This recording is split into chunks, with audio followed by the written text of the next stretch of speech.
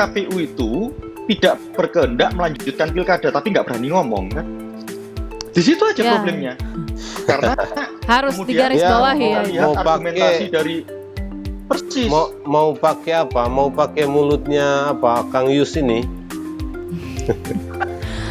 Ya nggak masalah, bagi saya ya sah-sah saja. Bagaimanapun juga yang sah-sah saja. Sumpah dan janji ada mereka gitu.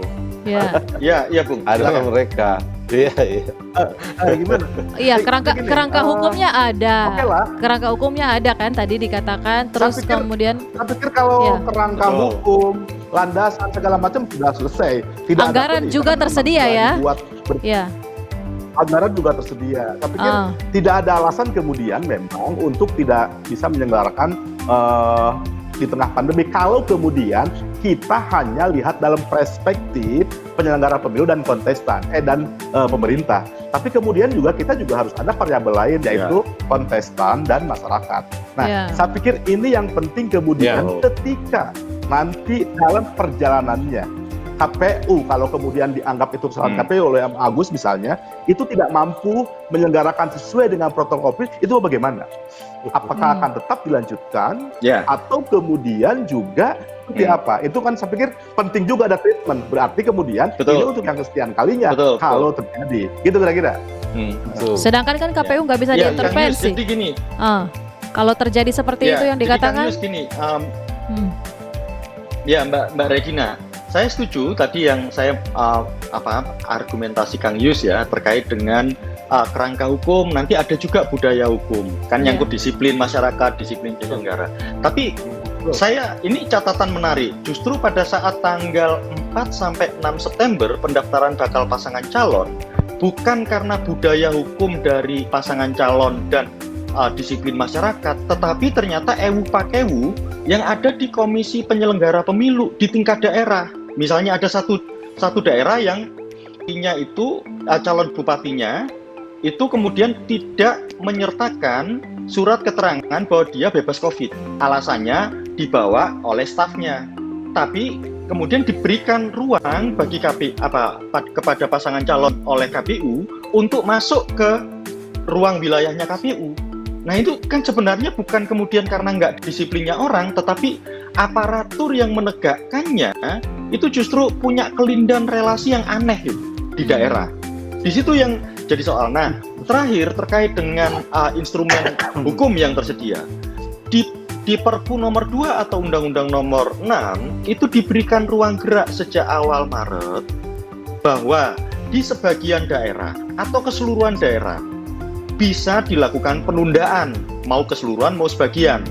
Pertanyaannya, ketika instrumen hukum itu tersedia dan kita dorong agar KPU menetapkan berkriteria dan variabel bila mana pilkada ditunda, sampai sekarang tidak ada. Oleh karena itu sekarang muncul isunya kan jadi arbitrer kan, mana suka. Tiba-tiba 3 orang komisioner positif COVID, kalau gitu ditunda. Tiba-tiba tingkat rate-nya naik, kalau gitu ditunda. Padahal tingkat rate naik harusnya dicek apakah itu kontribusinya dari pilkada atau tidak. Nah kalau misalnya komisionernya positif COVID, pertanyaannya, Menteri Agama itu kemarin dinyatakan positif COVID. Apakah bisa kita bilang kalau gitu segala aktivitas keagamaan dan Kementerian Agama harus dihentikan sampai positifnya tidak terjadi. Termasuk Inggris ketika Perdana Menteri Boris Johnson positif COVID, apakah kemudian layak dinyatakan bahwa kalau gitu semua aktivitas pemerintahan berhenti. Loh, pertanyaannya apakah karena pilkada yang menimbul fit?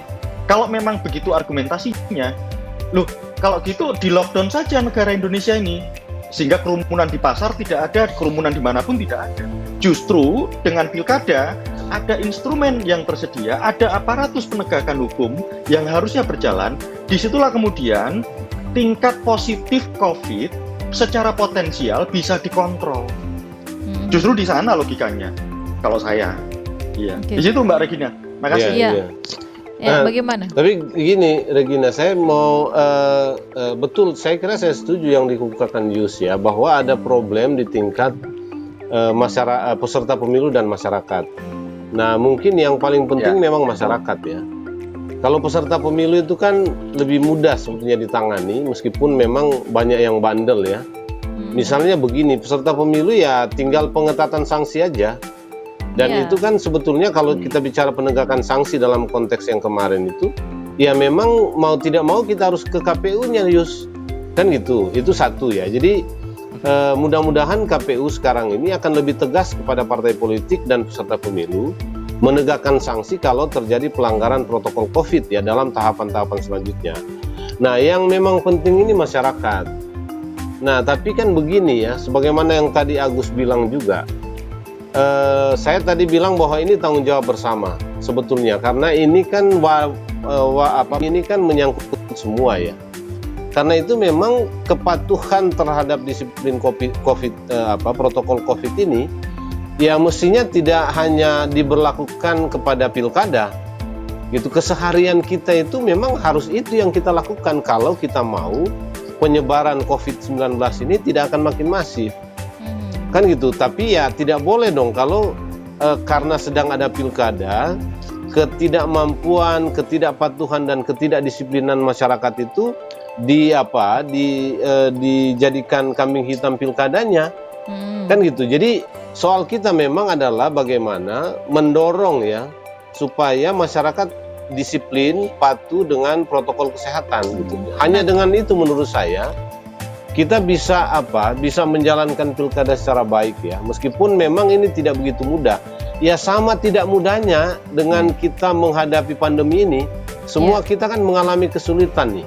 Semua kita mengalami ketidaknyamanan dengan soal pandemi ini gitu. Jadi saya mau menempatkan itu dalam kerangka itu, tidak semata-mata dalam kerangka pilkada. Artinya kalau kepatuhan umum ini berjalan ya, penegakan sanksi dan tindakan-tindakan itu terjadi juga oleh aparat penegak hukumnya, saya kira kedisiplinan masyarakat untuk ikut pilkada juga akan tercipta kan gitu. Ya, kalau saya berpikir begitu Regina ya.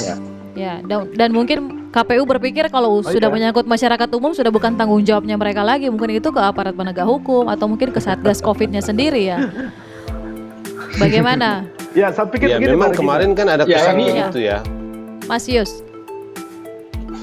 Mas Yus dulu ya. Jadi kan gini, lanjut. Apa yang disampaikan Om Agus, apa yang disampaikan oleh Om Agus terkait dengan demokrasi harus tetap jalan, kemudian politik harus tetap jalan, karena itu yang akan meletakkan landasan untuk berbangsa dan bernegara. Saya pikir itu sepakat, gitu loh. Sepakat sejak awal ketika keputusan politik itu diambil, kita semua sudah sepakat, gitu.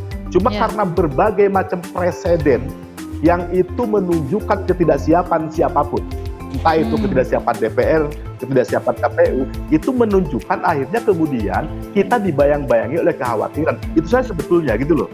Nah, oleh karena itu apa yang disampaikan Om Jerry misalnya taat aturan segala macam, dari dulu ketika PSBB diterapkan juga begitu konsepnya, gitu. Nah makanya kemudian saya pikir penting disampaikan Om Agus tadi bagaimana menata pilkada ini. Saya pikir sepakat, ayo kita tata. Siapa yang berhak nata? Gitu. Cuma permasalahannya kita kemudian juga harus sepakat.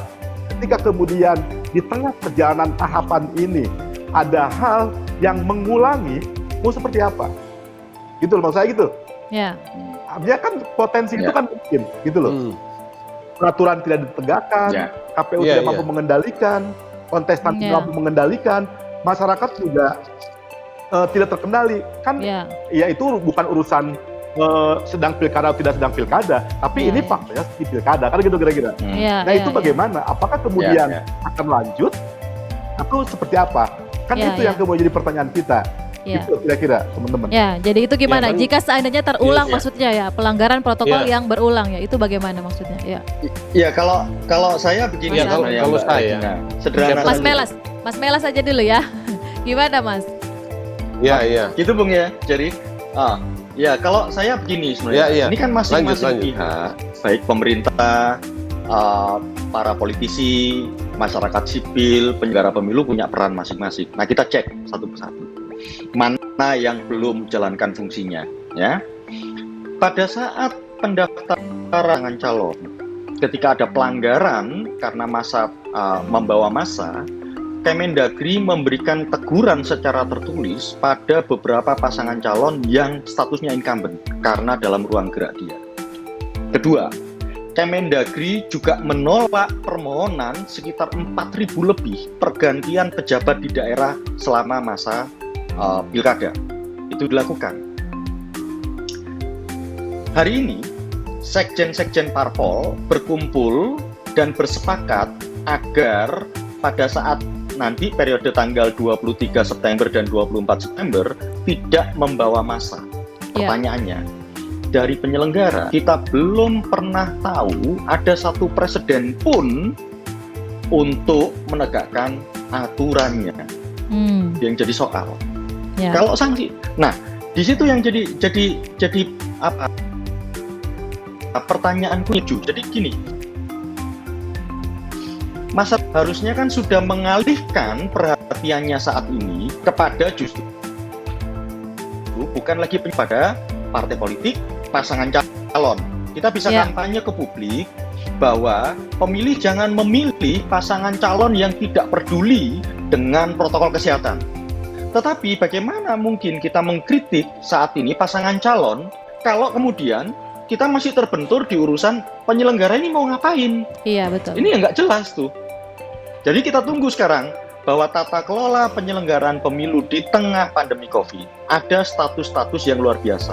Oleh karena itu, segala potensi kerumunan COVID itu harus ditangguhkan, bisa diganti virtual. Bahwa memang ada konsekuensi, tetapi itu sebagai salah satu cara untuk bisa menembus segala kebuntuan dibandingkan situasi yang dibiarkan berlarut-larut. Sebenarnya tidak ada kehendak dari penyelenggara pemilu sebagai pemegang otoritas yang menjadi leading sektor dari penyelenggaraan pemilu untuk mengeksersis kewenangannya. Menurut saya di sana, karena gini, satu juga, polisi dan Satpol PP bukan berarti tidak mau melakukan pembubaran kerumunan massa. Yang jadi soal, ini momen politik.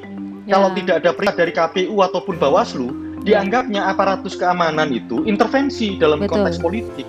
Nah, itu juga jadi soal. Oleh karena itu, cantolannya harus ada di harus ada di peraturan KPU. Nanti diatur tuh bantuan kedinasan, kapan PP keluar, kapan polisi keluar. Di situ kan sebenarnya. Karena anggaran kan ada di KPU semua 14 triliun itu. Iya. Gimana Pak Jerry? Ya, gitu. Iya, saya kira betul bahwa memang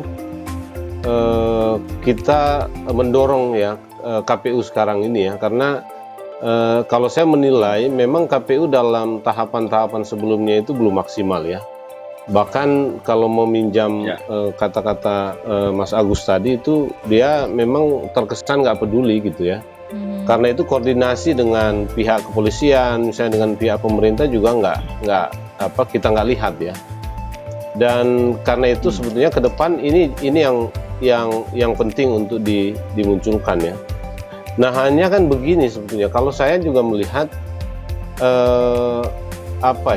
di tingkat pemerintah dan kepolisian sebetulnya juga harus memposisikan diri dalam kerangka bahwa kita ini sedang pilkada dalam situasi COVID Jadi nggak boleh ada kesungkanan kalau ada peristiwa-peristiwa pilkada yang segera bisa ditindak sebetulnya gitu. Karena apa? Karena dia membahayakan keselamatan orang lain.